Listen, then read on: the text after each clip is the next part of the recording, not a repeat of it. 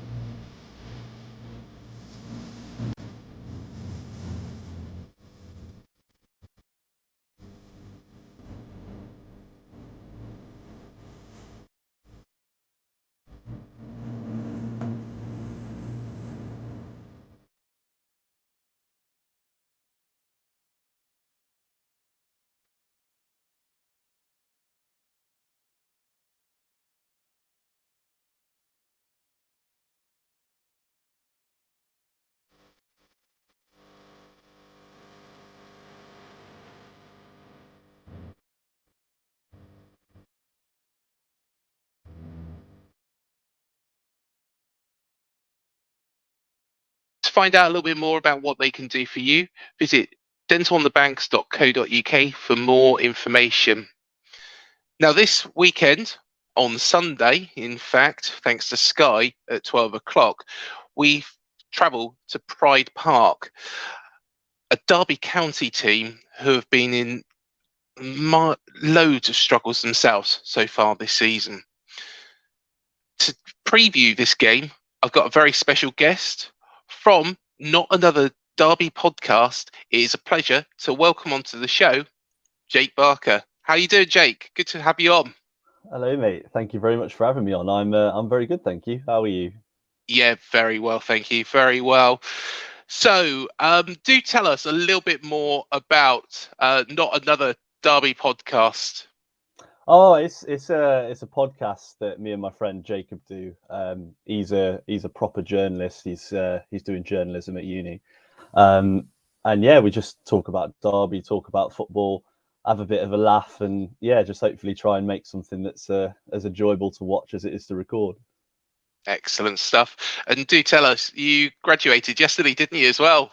I did, yeah. I'm feeling it a bit today, but yeah, I graduated from Coventry University yesterday, so yeah, that was a big day. Fantastic stuff, mate. Well, let's get stuck into this. So it's been a horrible season so far for Derby. On the pitch, it looks like they show a lot of fight, a lot of passion, but it can't be easy with the embargoes, the points deductions. There is already 12 points because of administration, but now another 9 points. Where did it all start to go wrong, and what effects has it got on the whole club? That's a big question. That where did it all start to go wrong? I think it can be traced back all the way back to when we reached the playoff final in 2014. There were rumours that we were struggling off the pitch a little bit financially, and that sort of led further on to Mel Morris buying a significant stake in the club. Now, Morris very much wanted to get to the Premier League, and I think he made that very, very obvious. We bought a lot of players in not a lot of time, spent a lot of money, racked up a massive wage bill. And it's basically come back to bite us. I mean, all the information's come out recently about what we've spent, who we owe money to, etc. And it's not good reading, especially the breakdown by season as well. And you can see that the season with Lampard as manager in 2018-19 was sort of like his final throw of the dice, and we went into massive debts that season. And I think we're just basically just experiencing the fallout of all of it now. 7 or 8 years of really reckless spending has come back to bite us, and yeah, we don't know. I think it's one of those things, isn't it? We don't know what's going to happen now. We don't know anything about the situation we're in, how we're going to get out of it. The one thing we've just got to hope is that no matter what league we're in next season, we still have a football club to support. I'm part of Fair Game, so I've recently joined the media team there. And one thing that, is paramount about the campaign and the up and coming Crouch Report is to stop this sort of thing happening in the future. Mel Morris has it looked promising at first. You could see what he was trying to do, but there was no sustainability in there, was there? There was no. He completely lost track of how much he's spending. Of course, there was the Philip Cocu situation, and of course Wayne Rooney, and that come part of a sponsorship deal. And I thought at the time, well, Derby are a side, to be reckoned with. I thought you would be in the Premier League by now. Yeah. But the wheels have completely come off, and it seems like Mel Morris has completely disappeared. He's not even answering Wayne Rooney's phone calls. And the story that Wayne Rooney released was that he had to actually speak to the kit man to get the kit man to call Mel Morris. Yeah. Where's Mel Morris gone? Well, you could ask that question sort of dating back to about 2019. Where has he gone? That was the sort of the big, before we went into administration, the big push was we wanted Mel to come out and tell us what was happening, what was going on, because we were worried that we might end up in administration, and then we did. So I think at this point it's less about Mel talking to us and more seeing what other people can do to bail out his mess. The problem was that the Derby board was not a proper board. So, you see at a lot of clubs, I don't know what the situation is like at Bournemouth, but usually they'll have like 5 or 6 people, quite a few people in there. So you've got a range of different opinions. So people are constantly challenging each other to make sure that everything's all right. It was very different at Derby, whereas we had Mel Morris, we had Stephen Pearce, who was CEO, and they were basically it. It was just those two. We had Roy McFarland, who's a Derby legend, and he was sort of, I wouldn't say a proper member of the board. He was more of a legend's seat on the board. So he didn't really have any real input compared to the other two. So these two people have had complete free reign over the football club. And that's how we've ended up in this situation, because literally nobody knew the extent of which we messed up. Like the amount of money we spent. I mean, it's come out this morning. It's hundreds of millions of debt we're in. And nobody could hold them accountable because nobody knew. Literally no one had a clue that we were spending this sort of money. So it's sort of like we've sort of sat here for years and years thinking, oh, it can't be that bad because, we'd surely know by now. And then it's all coming out now, finding out that for, 5-6 years, we've actually been massively over our means with not really a lot to show for it on the pitch. What now has got to be the hope for the Derby fans? Have you consigned yourselves to relegation, and do you believe there's no way out? It's a difficult one, isn't it? I mean, it's depressing to say, but there's no chance we stay up unless we have some sort of miracle. We've won 4 of our last 34 games, which is great news for you because you'll probably walk away with 3 points tomorrow. Yeah. But with 4 wins in 34 games, we don't score goals. We've suddenly gained the habit of conceding goals. It would take a miraculous turnaround with the team that we have for us to come anywhere near escaping relegation. I think that our only target, there's been a lot of banter in the Derby community. I think it's 23 points is like the lowest ever in the championship. So 23 is our target now. We're on -3, so we've got to get 26 points from now, and yeah, that's our realistic target, I think. Are Derby fans pleased with Wayne Rooney though, in general, because he seems to be quite loyal considering everything that's been going on? Yeah, I think off the pitch, Rooney's been brilliant. I mean, he's been paying for away travel and for the hotels for the lads on away games because obviously we don't have any money. He's been paying for training kit and for match kit. It was interesting at the start of the season. People were asking questions. Max Bird, one of our midfielders, was wearing a black undershirt. And it was really weird because we never have black undershirts. It turns out he'd had to use his own undershirt because the club couldn't afford to buy him one. So it's sort of like, it's brilliant that Rooney's been spending, well, his own money Yeah. to keep the team going. He shouldn't have to do that, and he doesn't Yeah. have to do that. But the fact he's done it is great. The problem is, on the pitch, I mean, as I said, 4 wins in 34 is atrocious, but you have to take the situation into account. And, we've not been able to properly sign anyone for 2 years now. So you've got to sort of understand that, like, we've been able to sign a few players that were like complete, maybe not outcasts, but players that weren't going to get any better than a bottom of the championship team. So I think he's doing all right. He's got my backing, but I think the concern among Derby fans is that when we do inevitably go down to League One, will he be the man to sort of stabilise us after that? Because he's not really shown massive amounts on the pitch to prove that he is the man to take us forward, if that makes any sense. But the question is, who's going to take over a team in hundreds of millions of debt with, they can't spend anything, they can't sign anyone. So he's doing well. He's doing well. You've got to respect him for that. I've read a little bit about, of course, the club coming out of administration and the interested parties. How close does it look that somebody's going to take the club off Mel Morris's hands and hopefully turn Derby round and put them in the right direction? Well, it's difficult at the minute because all this EFL stuff that's come out recently has sort of pushed that back a bit. And before we were sort of looking at maybe December time, and now it's sort of looking like end of January time, earliest, which obviously is really concerning for us because the administrators said they only had enough money to keep us going till January. So from a keeping the club alive perspective, it's a little bit concerning. But we've got 2, 3, maybe 4 parties that are really interested. I mean, I don't know if people have seen, but Chris Kirshner, no one really knows massive amounts about him, but he's passed the owners and directors test, according to himself. We've got other groups that are, throwing their hats in the ring and seem really up for buying the club. So the people are there. The people know we're going to be in League One. The people know the debts that we're in, and they're still committed, which is a really good sign.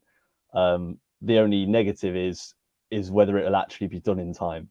And that's the worry. I know this is probably not the same as most of your preview shows. No, it's not really. It's not. Yeah, I reckon most teams you play aren't on the brink of death. But we've just got to hope that we can keep performing on the pitch and hopefully get something sorted off the pitch. And hopefully by the end of January we'll have someone new in there to try and fix the messes that Mel made. Derby are such a big club. There's, of course, the Brian Clough eras, the Premier League era, but with Jim Smith that was fairly recent as well. So a well-known club, a well-known name in the top flight. But what I just don't understand as well, and this is why I've joined the Fair Game Board, is because the Premier League is so flush with money. Do you feel that they should be bailing out clubs like Derby, who do find themselves in this situation, or do you put the blame solely on Mel's door and think, why should they? And would it be better to go down, rebuild under new ownership, and with a clean slate? I think that is a tough one because I do think it is absolutely Mel Morris's fault. But you're right, the money in the Premier League is mad. And the fact that doesn't go all the way down the pyramid isn't great. I know some does, but the Premier League clubs have so much money. I mean, you see it when teams come down. I'm sure you've seen with Bournemouth when you've come down and you've been able to keep your big players because you can sort of afford for a couple of years, especially with parachute payments, to sort of keep your players. If you're a team that's been in the Championship for ages, you have to spend massively to even contend at the top. You get the odd anomaly like Sheffield United or teams like that. But you have to spend big, otherwise, you're going to struggle because you can't attract the same caliber of players that other teams in the league can. So I am with you. I do think that teams in the Premier League could be doing a lot more to help out teams in our division. But at the same time, what Mel's done is completely, him and Stephen Pearce, who's the CEO, they've done all of this. They've had no one challenging them from the EFL or the Premier League to sort of do anything about it, and it's been let to get to this point.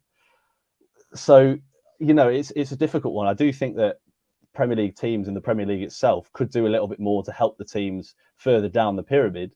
But at the same time, I think more, maybe not regulation, but more watching is needed of teams sort of in and around the Championship, League One, League Two, just to make sure that they're not doing anything like we're doing.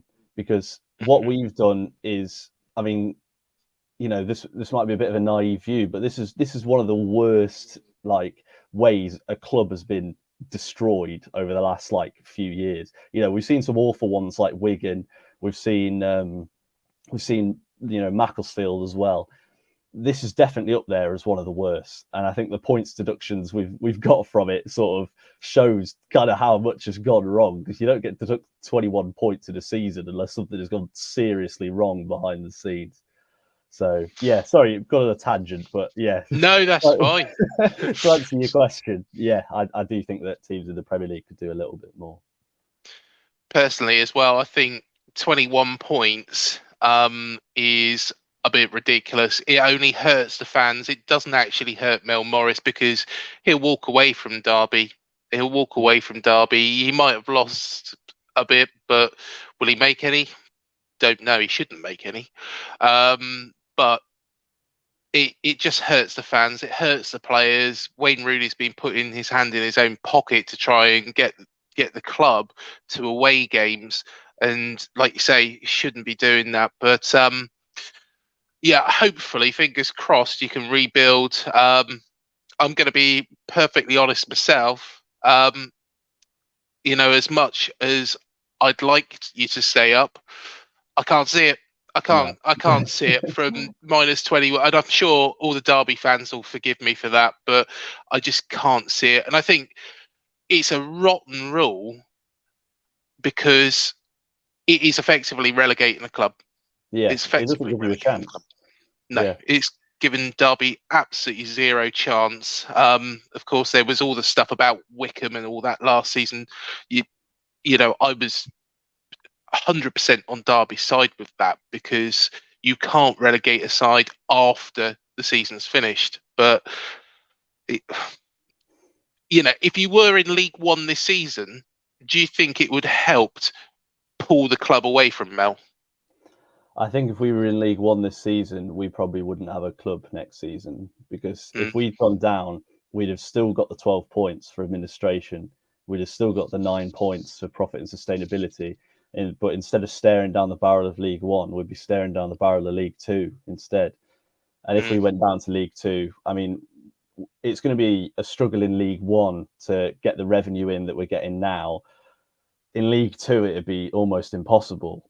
So I think, that final day where we stayed up literally by the skin of our teeth, I think that's kind of saved us in a way. It saved the club, because without it,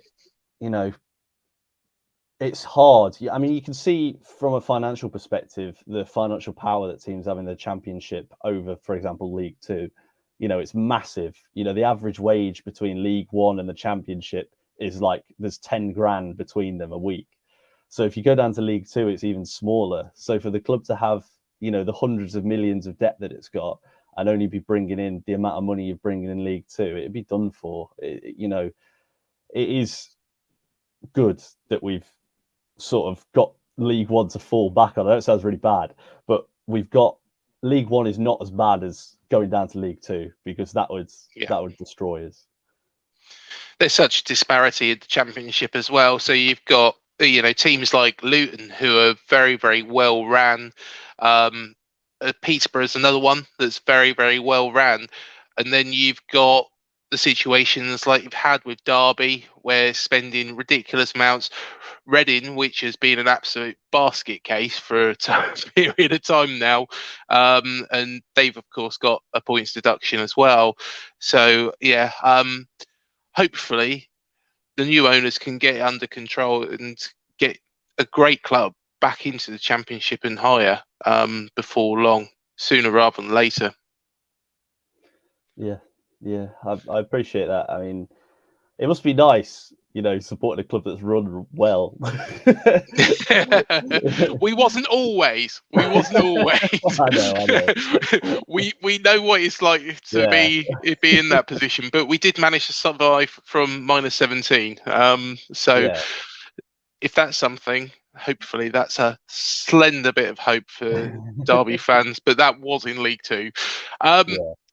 We've talked loads about administration, Mel Morris, all that. Let's put that aside. Let's talk about the team then. So one player that you signed was Ravel Morrison. Of course, he come through the ranks at Manchester United. He was rumoured to be the next big thing. Never lived up to it. What has he been like this season, Jake? He started off really well. I honestly had my doubts. I'll be honest.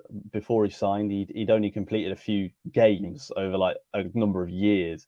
And the last team he played for Den Haag and just didn't play. And they released him because they just didn't play him. So I was a little bit nervous, but we had a wage cap of about 4,000 a week. So he was willing to sign for $4,000 a week to play in the Championship. And he's got the history with Man United. He's got the history with West Ham.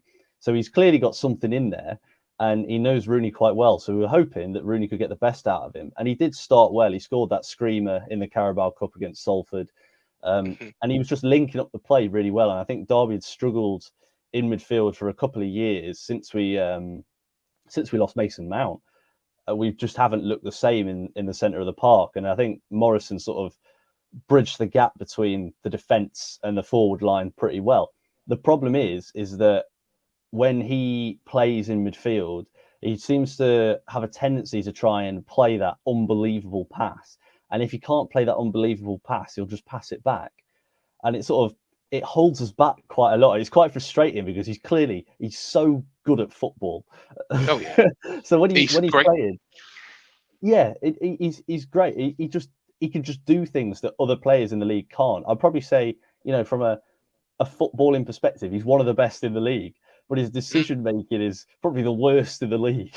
So it's like, for example, he'll sort of have the ball, he'll beat a man, and we're on an attack, and he's got three players in front of him, and he can either play the really easy pass to, say, the player on the right, can't play it down the middle, or he can try and play some like round the corner pass to the guy on the left, and he'll always play the one to the left and try and play that sort of like unbelievable ball. And occasionally it'll come off, but like more often than not, it's sort of like, if you just played that easy pass, we could have scored then. And he's done so well, but then he just ends up just sort of ruining it with his decision making. So yeah, sort of to answer your question, I think he's a great player. He's done all right. I wouldn't say he's done bad. I wouldn't say he's done good, but he's done all right. But if he sort of improved his decision making a little bit, he could be really good for us. And hopefully he remembers how to do it tomorrow. Yeah, when Ravel Morrison went there, I thought, well, he is a good player. He's so talented, and he's just never lived up to that. So I think if Rooney can't get the best out of him, I think his career is only going one way. But hopefully Rooney will get the best out of him and moving forwards, just not tomorrow. Looking at the other signings you've made, you made the signing of Sam Baldock, who was at Reading. He wasn't very prolific there, but you also signed Phil Jagielka, who had recently been released. How have those both done, and how have they slotted in? It's been interesting with both of them. I mean, Jagielka's played a lot more than Baldock because Baldock's picked up a few injuries. So yeah, with Jagielka, he's probably the fittest 39-year-old I've ever seen take to the football pitch. He's still the same player, I'd say, in his head that he was 10 years ago. Throws himself in front of every shot. He's always in the right place. He leads from the back. He can play out from the back. Him and Curtis Davies at centre half have been brilliant for us. Obviously, sometimes when he has to do a bit more running, he struggles a little bit, but that's because of his age. But in our position, beggars can't really be choosers. So I think he's been a real good bit of recruitment. I was surprised when I heard that the only other proper option he had was going to Bolton. I'm surprised about that because he's been so good for us since he's come in. The fact that like no other Championship club was sort of willing to take a gamble on him was a bit of a surprise, especially when he was. I know he was a bit of a bit part player, but he was still playing in the Premier League last season. Yeah. So yeah, he's done well.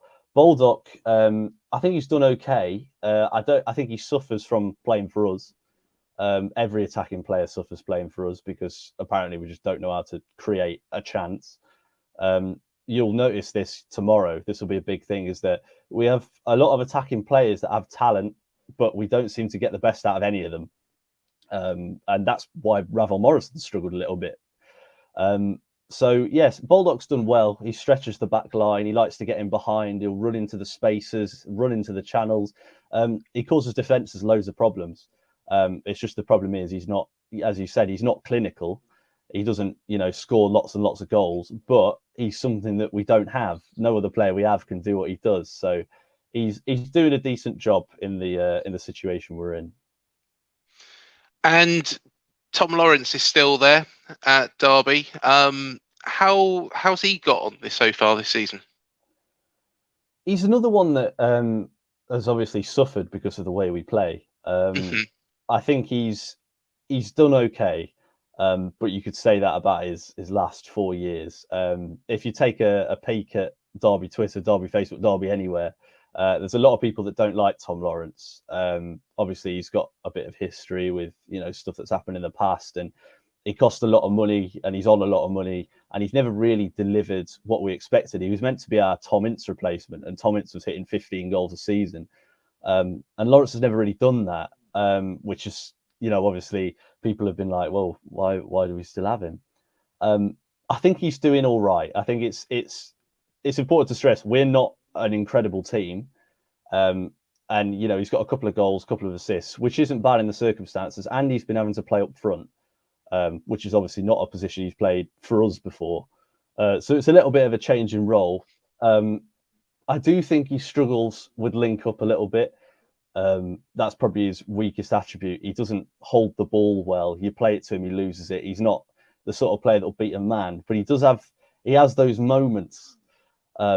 And that's kind of what you need in this situation. You need players that have those moments. So yeah, he's won us a few points this season. He's done well this season, but I wouldn't say he's set the world alight. But no one has in our team.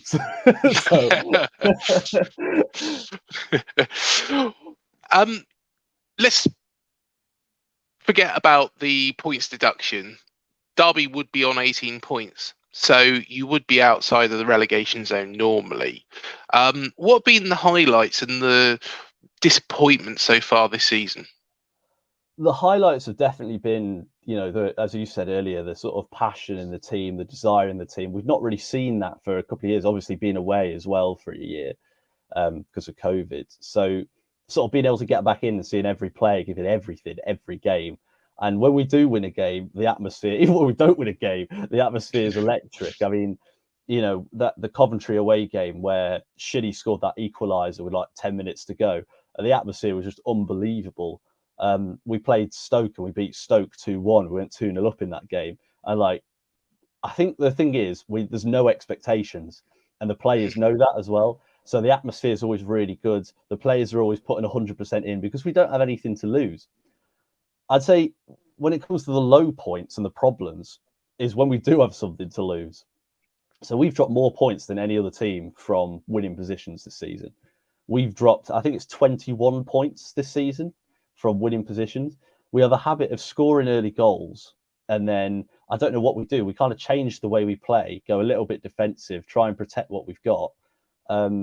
and we always end up throwing it away. I mean, we did it against Peterborough, second game of the season, went 1-0 up there, and then conceded 2 goals after 90 minutes and lost 2-1. We did it with Barnsley. We were 1-0 up there, conceded 2 ridiculous goals, and 2-1 down. And it's things like that which are the frustration, and it sort of goes back to what I said all that time ago about Rooney and the question marks, is that we do clearly have the quality and the ability to win games and get points, but it's the amount of times that we get into good positions and then end up throwing it away, maybe due to a player switching off at the back, or we change system and it doesn't work or something like that, and we throw so many points away for what seem like ridiculous reasons.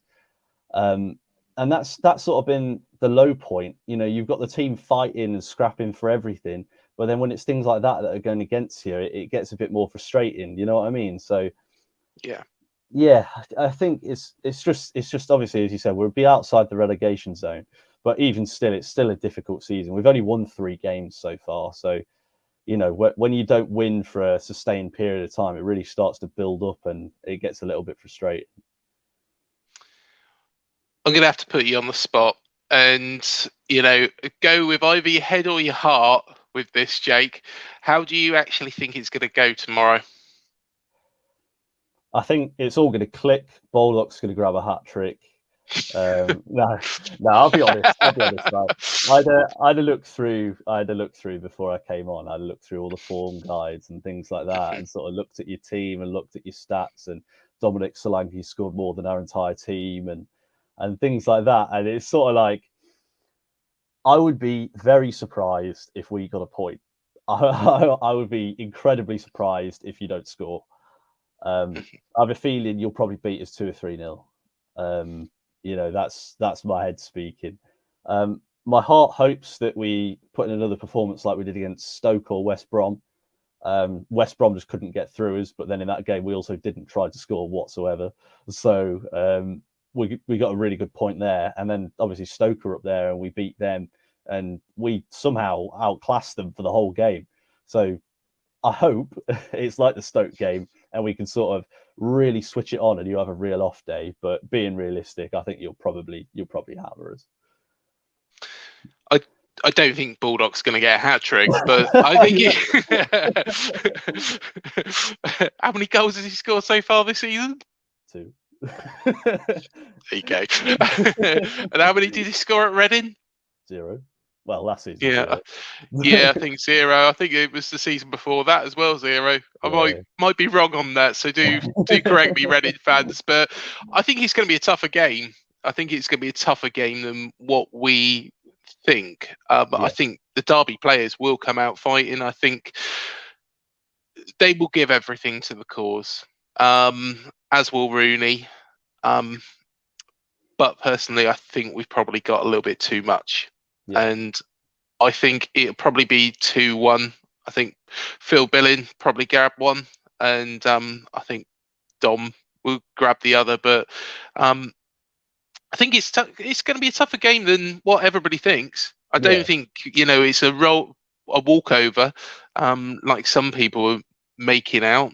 But yeah, I think the Derby players will fight to the very end, but they've just been given an awful hand with that minus 21 deduction. I don't think there's many teams in this league that would be able to stay up with that. And I'm going with the likes of, if QPR got a 21-point deduction, I don't think they would. Reading, they wouldn't. You name them, Luton, even West Brom, you could say, would even struggle with that sort of thing. So yeah, it's an impossible task. But yeah, hopefully, fingers crossed, you can rebuild stronger, better, and come back from the ashes, so to speak. I'm sure you will. You're a big enough club, and fantastic stadium up there in Pride Park. So yeah, I'm sure you will do. But it's been an absolute pleasure to speak to you as well today, Jake. Hopefully Mel will bugger off as soon as possible, and you can get that rebuild underway. Thank you very much. It's been a pleasure to talk to you. Thanks so much, Jake. Pleasure as always. And thank you, everybody, for joining me on this opposition preview show. Please do remember to hit the like, the subscribe, and the bell button below to be alerted to any new videos we do here on Up the Cherries in all departments. Please do also remember to check out our most recent interview with a Cherries legend and current player, Steve Cook. Also, we've got Super Fletcher on there, the interview with Steve Fletcher, Efford Okuku, Luther Blizzett, Beth Powney, and David Beckham's old agent, Andy Bernal. But until the next one, up the cherries, and I'll see you then.